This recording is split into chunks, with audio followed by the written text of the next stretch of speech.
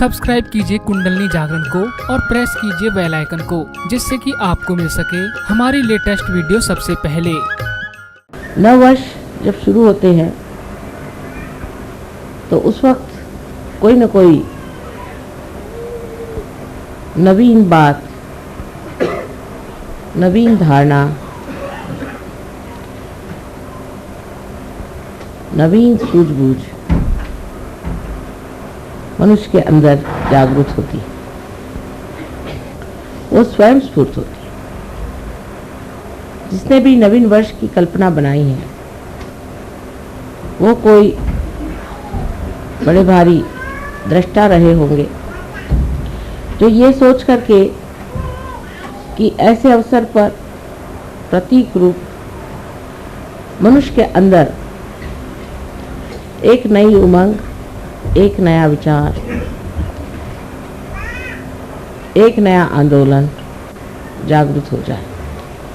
ऐसे अनेक नवीन वर्ष आए और गए, नई उमंगें आई, नई धारणाएं आई और खत्म हो गई।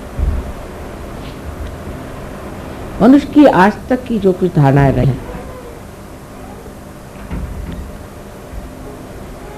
एक परमात्मा को छोड़ के बाकी सब एक मानसिक क्रियाएं रही या बौद्धिक प्रक्रियाएं रही। मनुष्य अपने बुद्धि से जो भी ठीक समझता था उसका आंदोलन एक नवीन कल्पना समझ करके चलाता था। वो आंदोलन कुछ दूर तक जाके फिर न जाने क्यों हठात उसी विशेष व्यक्ति को और उसी समाज को या उस समय में रहने वाले लोगों पर आघात करता है। इसका कारण क्या था ये लोग नहीं समझ पाते, लेकिन आज हमें इसका साक्षात बहुत ज़्यादा अधिक स्पष्ट रूप से हो रहा। जैसे कि धर्म की व्यवस्था हुई। धर्म की व्यवस्था में मनुष्य ने जब भी बुद्धि और मानसिक शक्तियों का उपयोग किया तो बुद्धि के दम में वो एक वाद विवाद के क्षेत्र में बढ़ गया और अनेक वाद विवाद शुरू हो गए। अगर सत्य एक है तो पंथ इतने क्यों हुए, इतने धर्म क्यों हुए, उन धर्मों में भी इतने और भी जाति भेद क्यों हो गए। ऐसे भेद करते करते न जाने दुनिया में कितने ही गुट जम गए हैं जिसका समझ में नहीं आता है। किसी से पूछते हैं कि आप साहब कौन धर्म के हैं तो आपको ऐसे धर्म का नाम बताएंगे कि जो आपने कभी सुना भी नहीं। ऐसे धर्म धीरे धीरे मेरे ख्याल से हर एक नवीन वर्ष में ही उत्पन्न होते गए, क्योंकि मनुष्य की बुद्धि हर एक नवीन वर्ष में कोई न कोई नया उमंग लेकर पैदा हो। इसी प्रकार हमारे बुद्धि से राजनैतिक क्षेत्र में भी बहुत सी नई नई उमंगें आई और मनुष्य ने नई नई बातें निकाली। जैसे शुरुआत में माना गया कि चलो एक राजा ही रहे तो अच्छा है, राजा सबको समझ लेगा और राजा से ही सबको बड़ा लाभ होता है। फिर देखा कि जिसको राजा बनाया वही दुष्ट निकला, उसी ने सताना शुरू कर दिया। फिर कहा नहीं, राजा तो ठीक है, इसकी जगह ऐसा करो कि प्रजातंत्र आप चीज़ शुरू। फिर उन्होंने प्रजातंत्र किया। प्रजातंत्र में देखा गया कि हर एक आदमी अपने को बिल्कुल ऐसा समझता है कि वो स्वयं ही उस प्रजा का संस्थापक है, संचालक है और करता है। अब आप देख रहे हैं कि अमेरिका में कितना आतंक मचा हुआ, किस कदर हिंसाचार वहाँ चढ़ा। अगर पढ़ते हैं तो आश्चर्य होता है कि इस प्रजातंत्र का हाल ऐसा क्यों हो गया, ये तंत्र सारा गड़बड़ क्यों। वही हाल बाद में आप कम्युनिज्म जो आया वो उसकी एक समझ लीजिए कि दूसरी एक नवीन उमंग लेकर के संसार में आया कि अब हम एक नया ऐसा संसार बसाएंगे कि जिसमें सब मनुष्य में समानता आ जाए, उनमें कोई भी तरह का फ़र्क न रहे, खाने पीने में हर चीज़ में एक जैसा हो जाए और उसके अलावा उसको कोई स्वतंत्रता नहीं है। अगर वो स्वतंत्र हो गया तो स्व के तंत्र में वो गड़बड़ हो जाता है, इसलिए उसकी स्वतंत्रता हटा दी जाए। क्योंकि मनुष्य को जब एकदम मूर्ख समझा जाए तभी ऐसा हो सकता है। फिर मनुष्य मूर्ख नहीं है, वो तो हर जगह उसको आप जितना दबाएगा उतना वो खोपड़ी पे चढ़ेगा। तो ये भी चीज़ कुछ बन नहीं पड़ी, वो भी नहीं बनी, ये भी नहीं बनी। इस तरह से जहाँ देखते हैं वहीं आतंक है। धर्म के मामले में तो आप देख रहे हैं कि किसी के धर्म की हालत देख करके लगता ही नहीं कि परमात्मा भी कोई चीज़ हो सकती जो एकमय हो, वो केवल हो, इसके लिए सब लोग आपस में सर काट रहे हैं, सबको मार डाल रहे हैं। तो ये कारण क्या है?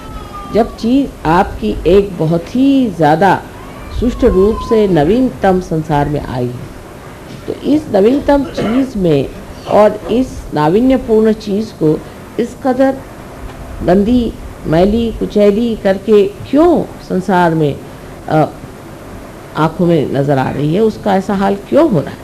क्या वजह है कि जो चीज़ इतनी उदात्त, महान, और उसको शुरू करने वाले भी बड़े महान और उदात्त रहे हैं, वो सब के सब जा कर के आज कहाँ पहुँच गए? जैसे अमेरिका में मैं सोचती हूँ कि बहुत बड़े इंसान हो गए, इनको हम कहते हैं अब्राहम लिंकन। बहुत बड़े आदमी थे, रियलाइज सोल थे, उन्होंने सीधी चीज़, इतनी बढ़िया चीज़ संसार में ला दी, इतना बड़ा काम कर दिया। लेकिन अब जो है वहाँ देखते हैं तो सोचते हैं जो उन्होंने किया था पता नहीं उसको किस तरह से इन लोगों ने एकदम विद्रूप और कुरूप करके रख दिया। एक ये बात हो गई। दूसरे अगर आप देखिए तो कम्युनिज्म भी जिस लेनिन और मार्क्स ने बनाया था वो भी रियलाइज सोच थे, उन्होंने भी जो सोचा था वो भी हितकारी चीज़ थी, वो हित के जगह अब सबका ही थी। और या धर्म के भी जो संस्थापक हुए सब भी बड़े उदात्त और बहुत महान लोग थे, और उनको भी कोई कह नहीं सकता, उनकी तरफ कोई निर्देश करके नहीं कह सकता कि इन्होंने कोई गलत काम किया हो या इन्होंने कोई गलत धारणा से चीज़ को सोचा, ऐसी बात नहीं। लेकिन आगे जा कर के वो चीज़ ऐसी क्यों? हीरा जो था वो जा कर के कीचड़ में कैसे मिल गया? हीरा तो जहाँ है हीरा ही रहना चाहिए, लेकिन ये तो हीरा जो आया सो कूच करके, जैसे उसका बिल्कुल ही तोड़ करके, उसको मरोड़ करके और उसको कीचड़ ही बना। और सभी दूर ये चीज़ें देख कर बड़ा आश्चर्य होने लगता है कि इस तरह की जितनी भी उदात्त चीज़ें आई। अब साइंस आया संसार में, लोगों ने कहा अब साइंस आया, अब तो हम लोग के सारे प्रश्न हल हो गए, और उस सब प्रश्न हल होने के बाद में और अब हमें कोई चीज़ की चिंता नहीं करनी चाहिए और सब चीज़ ठीक हो जाएगी। सो तो बात नहीं, हमने एक राक्षस बना के रख दिया है, एटम बॉम्ब, हाइड्रोजन बॉम्ब, ये वो अपने खोपड़ी पे खड़े कर दिए। इधर उससे ही बनी हुई ये प्लास्टिक और ये नायलॉन और ये सब इसके पहाड़ के पहाड़ खड़े कर दिए। ये सब चीज़ें जो सुविधा के लिए बनाई थी इतनी असुविधाजनक हो गई, इनसे दुनिया भर की बीमारियां आ गई, आफतें आ गई। आखिर क्या वजह, क्यों इस तरह से हो गया? ये सब जो चीज़ें ये सब हित प्रणीत थी, हित को लेकर थी, हितकारी बनाई गई थी। उसी से मनुष्य की नवीन उमंगें आई, उसी से उसने सोचा कि मानव के उद्धार के लिए चीज़ बनाई जाए, वही उसके उद्धार की जगह उसको पूर्णतया नष्ट करने की। इसका कारण क्या हो सकता है?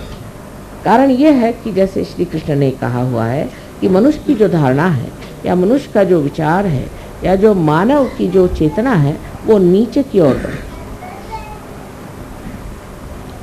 और धीरे धीरे वो धूली में मिल जाए। ये उन्होंने कहा नहीं, ये मैं कह रही, क्योंकि आज वो साक्षात है उसको। श्री कृष्ण ने भी जो धारणाएं रखी वो भी धूली में मिल गई, राम ने जो रखी वो भी धूली में मिल गई। उसके बाद जिन्होंने भी कोई धारणा रखी जो कि बिल्कुल सत्य स्वरूप थी, सत्य का ही अंग प्रत्यंग थी, वो सब धूली में मिल गई। इसका कारण यह है कि जब ये मनुष्य के दिमाग के घड़े में पड़ती है तो उसमें कोई ऐसी विषारू वस्तु है कि जिससे यह सब चीज़ विष में हो जाता है। ये विषारी वस्तु क्या है जिससे इस तरह का कार्य होता है? वो है इसकी सीमाएं। हर चीज़ की सीमा होती है, इसी तरह बुद्धि की भी सीमा होती है, और इसीलिए इस सीमा में बंद करके वो चीज़ घुट करके और नष्ट हो जाती है। जैसे कि अंगूर का सुंदर स्वाद वाला रस भी अगर एक घड़े में बंद कर दिया जाए तो उसमें उसकी शराब बन के उसका नशा चढ़ जाता है।